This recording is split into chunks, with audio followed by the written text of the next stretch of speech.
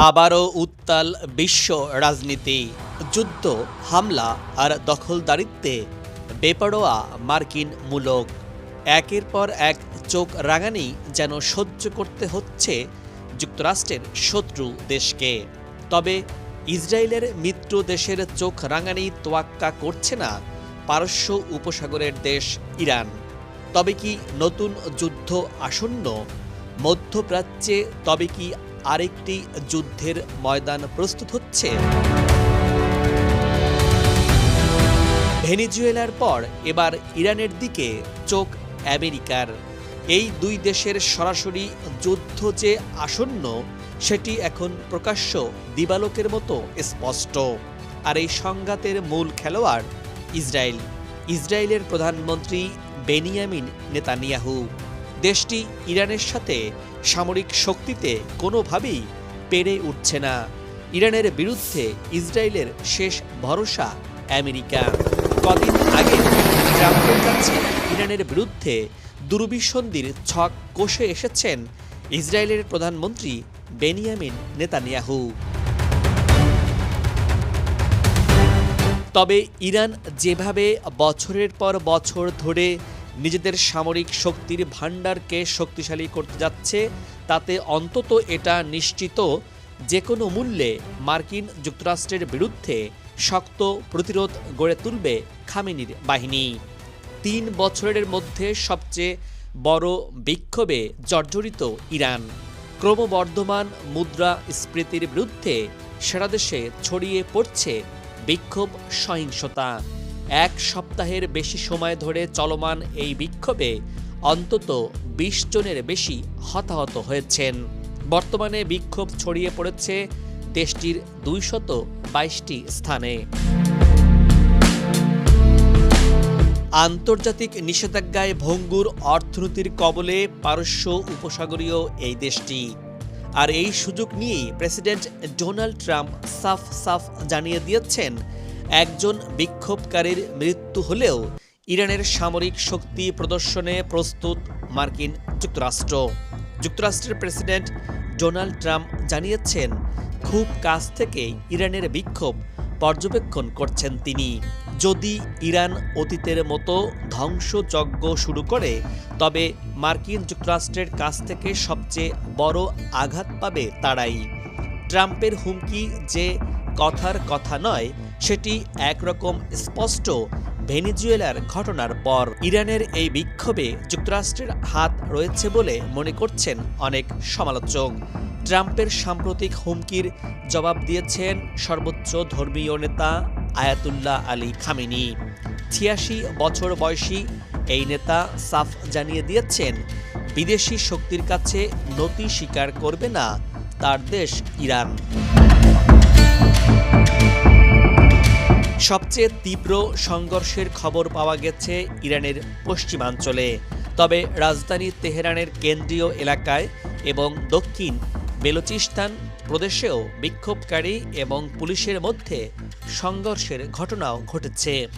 1 সপ্তাহ আগে ব্যবসায়ী এবং দোকানদারদের মধ্যে শুরু হয় এই বিক্ষোভ। এরপর তা ছড়িয়ে পড়ে বিশ্ববিদ্যালয়ের ছাত্রদের মাঝেও। ক্রমাগত পশ্চিমা নিষেধাজ্ঞা আর সামরিক শক্তি বৃদ্ধির উপর জোর দিতে গিয়ে অনেকটাই বিপর্যস্ত ইরান।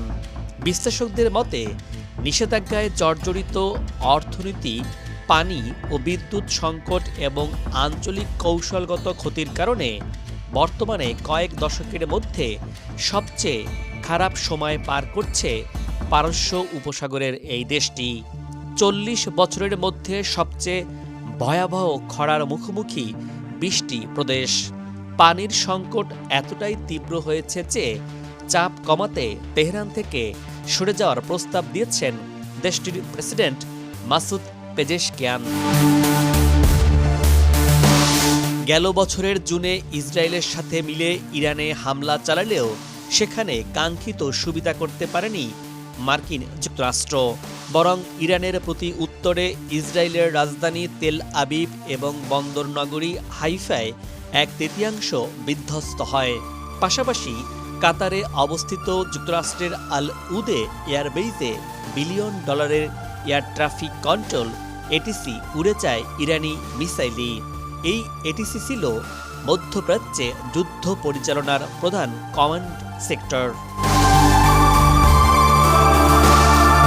ইরানের হাতে এমন মার সহ্য হয়নি যুক্তরাষ্ট্রের, তাই তো 2026 সালের শুরুতেই ভেনেজুয়েলার পাশাপাশি টার্গেট করা হয় ইরানকেও।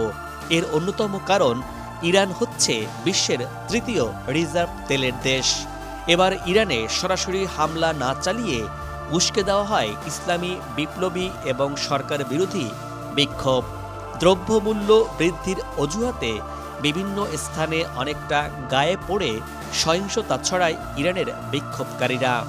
তাদের স্লোগান ছিল রেজা সাহেবের পক্ষে। এ সময় বিক্ষোভকারীদের হাতে ছিল সিংহ আঁকা পতাকা দেখা যায়।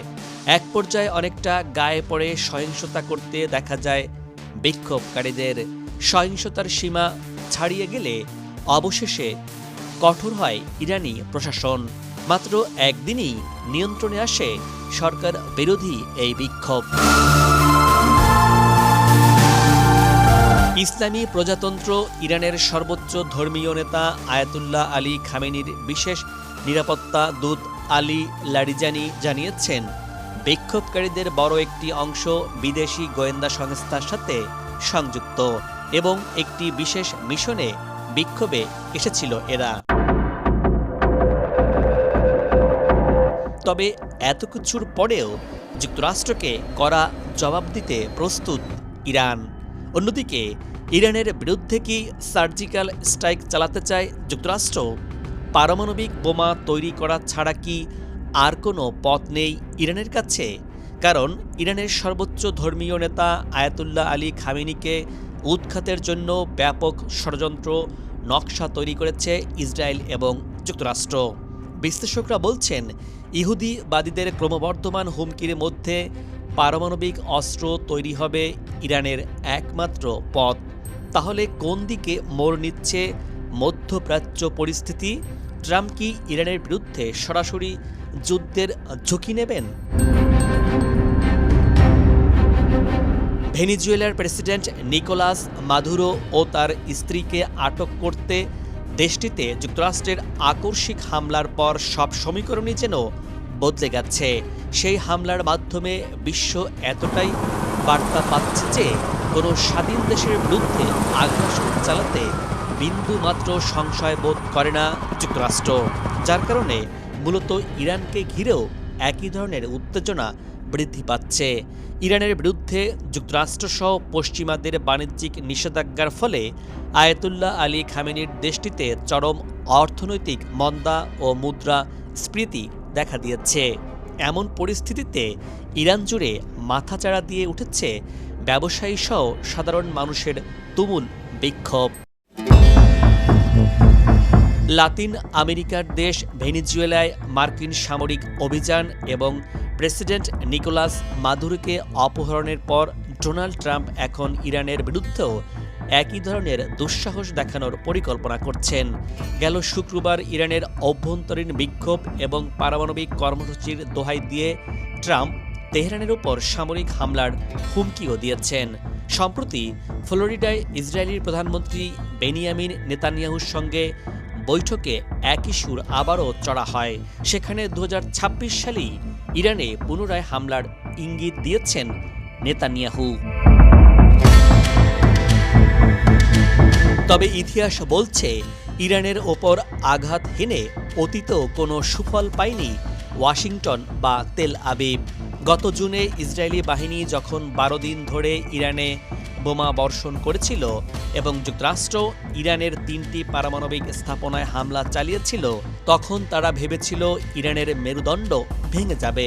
কিন্তু পশ্চিমা গোয়েন্দা সংস্থাই স্বীকার করেছে যে সেই হামলা ইরানের পারমাণবিক কর্মসূচি মাত্র কয়েক মাস পিছিয়ে দিতে পেরেছে। বিপরীতে ইরানের নিখুঁত ক্ষেপণাস্ত্র হামলা ইসরায়েলি প্রতিরক্ষা ব্যবস্থা তছনছ করে দিয়েছিল, যা শেষ পর্যন্ত ওয়াশিংটন এবং কাতারকে মধ্যস্থতা করে যুদ্ধবিরতিতে বাধ্য করে। সেই যুদ্ধবিরতি আসলে কি ইসরায়েলের পরাজয়ের এক অলিখিত দলিল? মার্কিন ও ইসরায়েলি নীতি নির্ধারকরা মনে করেছিলেন হামলার ফলে ইরানের জনগণ সরকারের বিরুদ্ধে চলে যাবে, কিন্তু বাস্তবে ঘটেছে তার উল্টো। শোক আর ক্ষোভ ইরানিদের আরও ঐক্যবদ্ধ করেছে এবং আন্তর্জাতিক মহলেও ইসরায়েলের এই পদক্ষেপ অবৈধ হিসেবে নিন্দিত হয়েছে। ৮০-র দশকের ইরান ইরাক যুদ্ধের উদাহরণ টেনে বিশ্লেষকরা বলছেন ৮ বছর ধরে চলা সেই ভয়াবহ যুদ্ধ এবং রাসায়নিক হামলাও যেখানে ইরানের সার্বভৌমত্ব ক্ষুণ্ণ করতে পারেনি, সেখানে বর্তমানের কোনো হঠকারী সিদ্ধান্ত ইরানের পতন ঘটাতে পারবে না। ভেনিজুয়েলার ঘটনার পুনরাবৃত্তি ইরানে করতে চাওয়া ট্রাম্পের জন্য রাজনৈতিক কফিনের শেষ পেরেক হতে পারে বলে হুঁশিয়ারি দেওয়া হয়েছে। পারস্যের সেই বিখ্যাত প্রভাত সিংহের লেজ নিয়ে খেলা করো না স্মরণ করিয়ে দিয়ে বলা হচ্ছে ইরানের ঐক্য এবং ভৌগোলিক শক্তি যে কোনো আগ্রাসীর জন্য দুঃস্বপ্ন হয়ে দাঁড়াবে। ট্রাম্প এবং নেতানিয়াহু যদি পুনরায় কোনো সামরিক জুয়া খেলার চেষ্টা করেন, তবে ইতিহাস এবং ইরানের জনগণের দৃঢ় সংকল্প সেই পরিকল্পনাকে ধুলোয় মিশিয়ে দেবে। মার্কিন প্রেসিডেন্ট ডোনাল্ড ট্রাম্প দিনে দিনে আরও বেপরোয়া হয়ে উঠছেন। ভেনিজুয়েলার প্রেসিডেন্ট নিকোলাস মাদুরোকে অপহরণ করে তিনি বিশ্বকে রীতিমতো হতবাক করে দিয়েছেন। আর এই আচরণকে ভালোভাবে নিচ্ছে না মার্কিন বলয়ে থাকা অনেক দেশ। ট্রাম্পের এই বেপরোয়া আচরণে চিন্তা বেড়েছে ইরানের। আয়াতুল্লাহ আলী খামেনির দেশ এমনিতেই বিক্ষোভে উত্তাল, তার মাঝে কিউবা সহ ইরানকে ফের হুঁশিয়ারি দিয়েছেন ডোনাল্ড ট্রাম্প। তিনি বলেছেন ইরান বিক্ষোভ দমনে বল প্রয়োগ করলে যুক্তরাষ্ট্র সরাসরি হস্তক্ষেপ করতে বাধ্য হবে। যদিও খামেনি সরাসরি বলেছেন তিনি আমেরিকাকে মোকাবেলা করতে প্রস্তুত আছে। ইরানের বিপ্লবী গার্ডও জানিয়েছে তারা যে কোনো ধরনের আগ্রাসন মোকাবেলার জন্য প্রস্তুতির চূড়ান্ত পর্যায়ে রয়েছে। এদিকে ভেনিজুয়েলার প্রেসিডেন্ট নিকোলাস মাদুরো এবং তার স্ত্রী সিলিয়াকে মার্কিন বাহিনীর হাতে অপহরণ হওয়ার ঘটনাকে সম্পূর্ণ অবৈধ এবং আন্তর্জাতিক আইনের চরম লঙ্ঘন বলে অভিহিত করেছে ইরান। তেহরানের সাপ্তাহিক সংবাদ সম্মেলনে ইরানের পররাষ্ট্র মন্ত্রণালয়ের মুখপাত্র ইসমাইল বাঘাই এই কড়া প্রতিক্রিয়া জানিয়েছেন। তিনি বলেন, একটি স্বাধীন এবং সার্বভৌম দেশের রাষ্ট্রপ্রধানকে এভাবে তুলে নিয়ে যাওয়া অত্যন্ত বিপজ্জনক নজির। কোনো দায়িত্বশীল দেশ এ ধরনের ঘটনায় চুপ থাকতে পারে না। তিনি অতিবিলম্বে মাদুরোর মুক্তি দাবি করে বলেন, এই ঘটনা বিশ্বজুড়ে নেতিবাচক প্রভাব ফেলবে এবং এর ফলে সৃষ্ট বিশৃঙ্খলার জন্য জাতিসংঘ ও নিরাপত্তা পরিষদকে দায় নিতে হবে। দর্শক, আজ এ পর্যন্তই। আগামীতে আবারও দেখা হবে নতুন কোনো ভিডিও চিত্র নিয়ে। ভিডিওটি ভালো লাগলে আপনার গুরুত্বপূর্ণ মতামত জানিয়ে ভিডিওটি শেয়ার করুন। ভালো থাকুন এবং নিরাপদে থাকুন।